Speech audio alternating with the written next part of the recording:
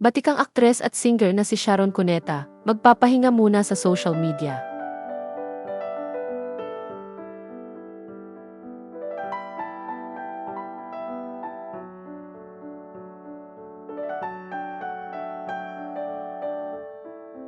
Kamakailan ay nag-post ang batikang aktres at singer na si Sharon Cuneta sa kanyang Instagram account upang ipahayag sa mga tao na magso-social media break raw muna siya at hindi raw muna siya gagamit ng cellphone niya.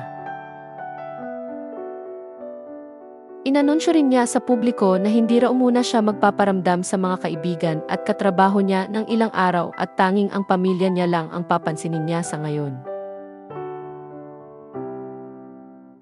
Anya, hi everyone. I will be taking a rest from social media and my phone will be off.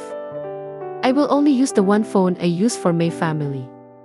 No contact with friends and co-workers, family lang talaga. Hindi naman nabanggit ni Megastar sa kanyang post kung ilang araw siya magso-social media break. Wala ring detalyeng binanggit si Sharon kung ano ang nangyari, pero ang sabi niya sa kanyang post ay magbabakasyon daw muna ang kanyang isip at damdamin from everything extra. Anya, I need to detox. So I will be out of touch for several days. My mind and emotions are gonna take a vacation from everything extra. Love you all. See you again soon. God bless you always.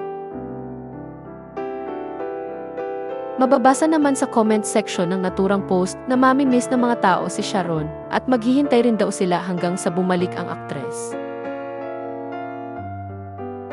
Matatanda ang naging emosyonal si Megastar matapos makatanggap ng isang envelope na naglalaman ng pera at liham mula sa kanyang anak na si Frankie.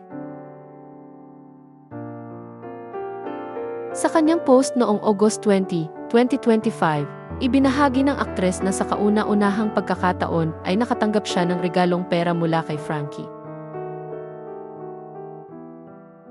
Ayon pa sa kanya, gusto raw niyang ipa-frame ang natanggap niya mula sa kanyang anak.